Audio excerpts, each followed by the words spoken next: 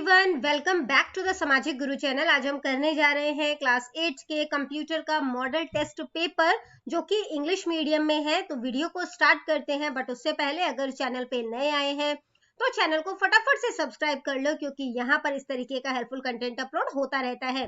तो चलिए बिना देरी किए आंसर्स स्टार्ट करते हैं। तो बच्चों, सबसे पहले जितने भी क्वेश्चन हैं वो सभी कंपलसरी हैं। पार्ट ए में 17 ऑब्जेक्टिव टाइप क्वेश्चन है जो कि 1 मार्क्स के होंगे। पार्ट बी में 5 शॉर्ट आंसर टाइप क्वेश्चन होंगे जो कि 3 मार्क्स के होंगे। पार्ट सी में 2 लॉन्ग आंसर टाइप क्वेश्चन होंगे जो कि 4 मार्क्स के होंगे। ठीक है, टोटल पेपर आपका 40 मार्क्स का होगा। टाइमिंग आपको 2 आवर्स की दी जाएगी। तो पार्ट ए स्टार्ट करते हैं। ऑब्जेक्टिव टाइप क्वेश्चन है यहाँ पर। तो सबसे पहले है multiple choice question. To use number pad dash should be kept on. तो नंबर पैड यूज करने के लिए क्या ऑन होना चाहिए? नम लॉक की। ठीक है, तो सेकंड क्वेश्चन है dash is a device that connects a computer with telephone line. तो कंप्यूटर को टेलीफोन लाइन के साथ कनेक्ट करता है कौन सा डिवाइस? आंसर है मॉडेम। ठीक है, अगला क्वेश्चन है dash means our computer is receiving data from the internet. इसका मतलब होता है हमारा कंप्यूटर जो है वो इंटरनेट से डेटा रिसीव कर रहा है। तो किसका मतलब होता है? डाउनलोडिंग। ठीक है, अगला क्वेश्चन है a dash is a single page of presentation. तो सिंगल पेज प्रेजेंटेशन क्या होता है? स्लाइड। नेक्स्ट क्वेश्चन है बेटा question number 5th। The dash control allows us to zoom in for a closer look at slide content. तो zoom in जो है वो किससे किया जा सकता है? जूम से। ठीक है, इसके बाद है Philips PowerPoint provides predefined collection of animation effect which are also known as। तो PowerPoint में जिसमें एनिमेशन इफेक्ट पहले से ही डिफाइन होता है उसे क्या कहा जाता है? उसे कहा जाता है एनिमेशन स्कीम। Animation scheme. अगला क्वेश्चन है we can save our PowerPoint presentation as a PowerPoint show with dash extension. तो PowerPoint में हम किस एक्सटेंशन से फाइल को सेव करते हैं? तो आंसर है .ppsx। ठीक है, अगला क्वेश्चन है dash is an upcoming branch in computer science. तो कंप्यूटर साइंस में आने वाली ब्रांच है जिसका मतलब होता है which interprets means and method of making computer think like human being. इसके थ्रू जो है कंप्यूटर जो है वो इंसानों की तरह सोचने लगेगा। ठीक है, तो क्या है ये? कौन सी टेक्नोलॉजी है? Artificial intelligence. आर्टिफिशियल इंटेलिजेंस, जिसको कि हम लोग AI भी बोलते हैं। ठीक है, इंटेलिजेंस। अगला क्वेश्चन है the third generation of computer use dash in place of transistor. तो जो थर्ड जनरेशन ऑफ कंप्यूटर है वो ट्रांजिस्टर की जगह किस चीज का इस्तेमाल करते हैं? Integrated circuit. ठीक है, इंटीग्रेटेड सर्किट। अगला क्वेश्चन है बेटा full form shortcut key and true false type question है। क्वेश्चन है what is the full form of ROM. तो रोम की फुल फॉर्म क्या होती है? Read only memory. अगला है URL की फुल फॉर्म क्या होती है? तो इसकी फुल फॉर्म होती है यूनिफॉर्म रिसोर्स लोकेटर। नेक्स्ट है www की फुल फॉर्म। तो ये होती है वर्ल्ड वाइड वेब। SRAM की फुल फॉर्म। तो S से होता है स्टैटिक और RAM रैंडम एक्सेस मेमोरी। इसके बाद है बेटा what is the shortcut key to insert a new slide. New slide डालने के लिए कौन सा शॉर्टकट की का इस्तेमाल करोगे? तो आंसर है Ctrl+M। कंट्रोल के साथ M की प्रेस करोगे तो न्यू स्लाइड आ जाएगी। ठीक है, अगला है what is the shortcut key to save the presentation in PowerPoint। PowerPoint में प्रेजेंटेशन को सेव करने के लिए क्या शॉर्टकट की इस्तेमाल करोगे? तो आप यूज करोगे कंट्रोल के साथ S को प्रेस करोगे। ठीक है, इसके बाद है टच टाइपिंग जो है वो टेक्निक है by which we can learn typing with all fingers while looking at the keyboard. तो हम सभी फिंगर से टाइप करना जो है वो सीखते हैं इसमें जब हम कीबोर्ड को देख रहे होते हैं। तो कीबोर्ड को नहीं देखना होता है इसमें। ठीक है, तो ये स्टेटमेंट कैसा हो गया? फॉल्स हो गया। अगला है offline means connected to the internet. की ऑफलाइन का मतलब होता है कि हम इंटरनेट से कनेक्टेड है, वो तो ऑनलाइन होता है। तो ये भी स्टेटमेंट कैसा हो गया? गलत हो गया। इसके बाद है बेटा part B short answer type question है। ठीक है, तो यहाँ पे आपको 5 क्वेश्चन दिए गए हैं, 2 में आपको इंटरनल चॉइस दी गई है। क्वेश्चन है what are the different type of fonts use for typing in Punjabi. Punjabi में टाइप करने के लिए कौन कौन से अलग अलग तरीके का फॉन्ट इस्तेमाल किया जा सकता है। There are many different types of fonts available for typing in Punjabi. काफी अलग अलग तरीके के फॉन्ट्स होते हैं। The fonts commonly use for Punjabi typing can be divided into two main types. तो फॉन्ट को जो है हम दो मेन टाइप्स में डिवाइड कर सकते हैं। एक है फोनेटिक फॉन्ट्स जैसे कि अनमोल लिपि फॉन्ट हो गया, फिर है यूनिकोड फॉन्ट जैसे कि रवि फॉन्ट हो गया। ठीक है, नेक्स्ट क्वेश्चन है write about slide pane and notes pane in PowerPoint. तो स्लाइड पेन क्या होता है, this pane shows the current slide in our presentation. तो जो करंट स्लाइड चल रहा है, ठीक है, उसको ये शो करेगा। जबकि जो नोट्स पेन होता है, this pane is located at the bottom of the slide pane. ये स्लाइड पेन के बॉटम यानी कि नीचे की साइड शो करता है। This pane is use to type notes related to slide content. अब इस स्लाइड से, जैसे एक स्लाइड चल रही है ना, इस स्लाइड से रिलेटेड अगर कोई कंटेंट होगा तो नीचे जो है वो लाइंस होती है ना, एक लाइन होती है बेसिकली, और उसके नीचे आप जो है वो नोट्स बना सकते हो वहां पर। ठीक है, तो उसको नोट्स पेन कहते हैं। कैसे याद रखोगे, इसमें नोट्स लिखा हुआ है और ये बेसिकली नोट्स रिलेटेड कंटेंट जो है वो बनाने के लिए इसका इस्तेमाल किया जाता है। अगला क्वेश्चन है right the name of 4 types of animation available in PowerPoint. तो पावर पॉइंट में 4 तरीके के एनिमेशन जो है वो कौन कौन से होते हैं। एक होता है एंट्रेंस, ठीक है, उसके बाद है एम्फेसाइजेस। एंट्रेंस मतलब बाहर से कोई टेक्स्ट या कोई ऑब्जेक्ट जो है वो किस तरीके से आएगा।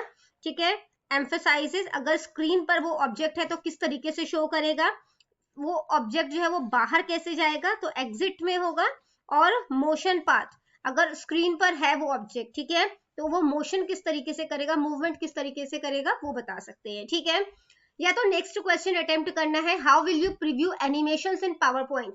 पावर पॉइंट में एनिमेशंस को आप कैसे देख सकते हो। ठीक है, तो क्या क्या स्टेप अपना सकते हो, आपने इसके लिए प्रीव्यू बटन जो है, जो कि एनिमेशन टैब पर मिलेगा, उस पर क्लिक करना है। ठीक है, तो animation effect will begin to play for the current slide. तो जो भी आपने स्लाइड सेलेक्ट की हुई है उसका जो एनिमेशन इफेक्ट है वो चलना स्टार्ट हो जाएगा। ठीक है, अगला क्वेश्चन है बेटा right the main features of first generation computer. First generation computer के क्या क्या खासियत थी वो आपने बताना है। तो vacuum tubes were used as basic processing component. तो प्रोसेसिंग कंपोनेंट के फॉर्म में वैक्यूम ट्यूब्स का इस्तेमाल किया जाता था। Machine and assembly languages were used in this generation. तो मशीन एंड असेंबली लैंग्वेजेस का इस्तेमाल किया जाता था। ये इस टाइम पे कंप्यूटर बहुत ही ज्यादा बड़े होते थे, काफी ज्यादा हीट प्रोड्यूस करते थे, बहुत ही ज्यादा महंगे होते थे। ठीक है, और इनको यूज करना बहुत ही ज्यादा मुश्किल होता था। अगला क्वेश्चन है मेमोरी क्या है। ठीक है, या फिर आपने बताना है कि what is primary memory. Primary memory क्या होती है। तो मेमोरी क्या है, the memory of the computer is like the human brain. तो कंप्यूटर की जो मेमोरी है वो भी इंसानों के ब्रेन की तरह ही होती है। This is the storage area of the computer in which data and instructions are stored. तो ये एक बेसिकली कंप्यूटर के अंदर स्टोरेज एरिया होता है, जो मेमोरी है, ठीक है, जिसके अंदर की जो इंस्ट्रक्शंस होते हैं या जो डेटा है वो स्टोर किया जाता है।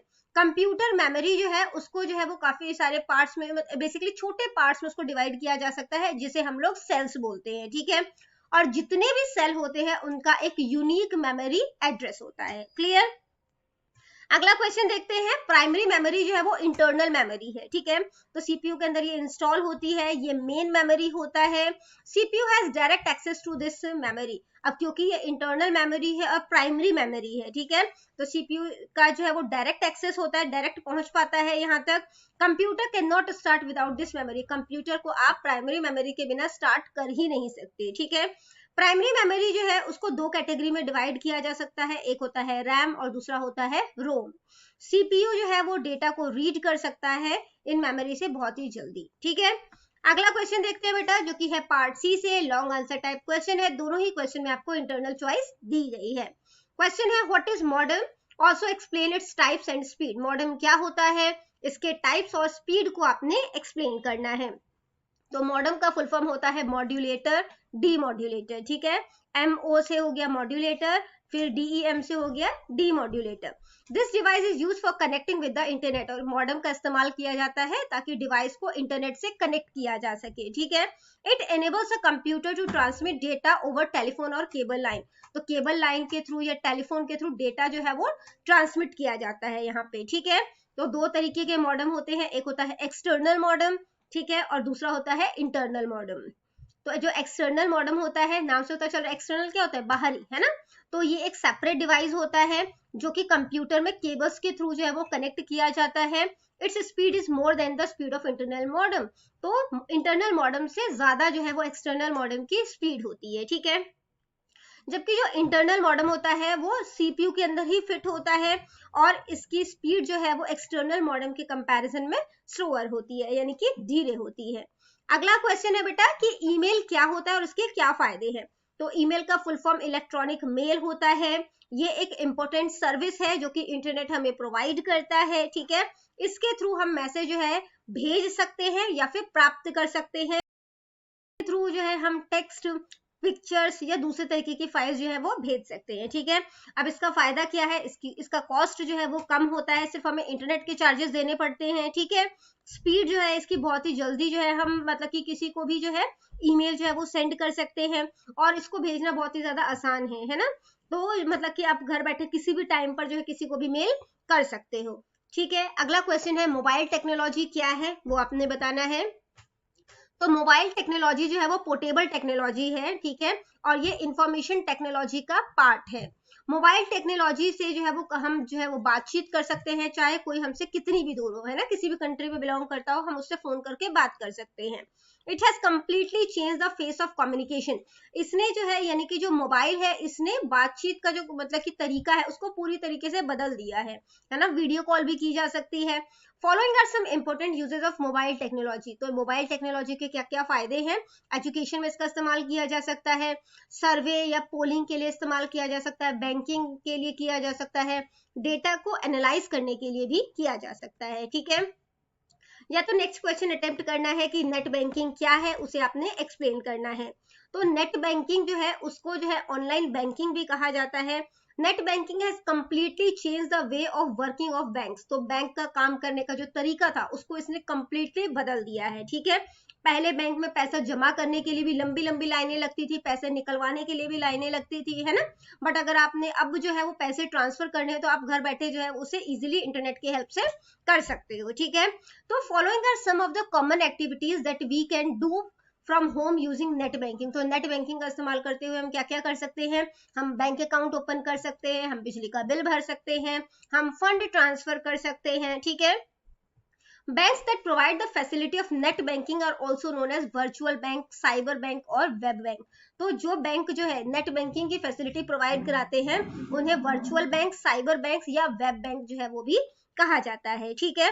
तो बच्चों ये वीडियो हो जाती है हमारी यहीं पे खत्म। इनकेस आपको कोई भी डाउट है तो कमेंट सेक्शन में क्वेश्चन कीजिए, रिप्लाई करने की पूरी कोशिश करूंगी। Thank you very much and all the best for your exams. Bye bye.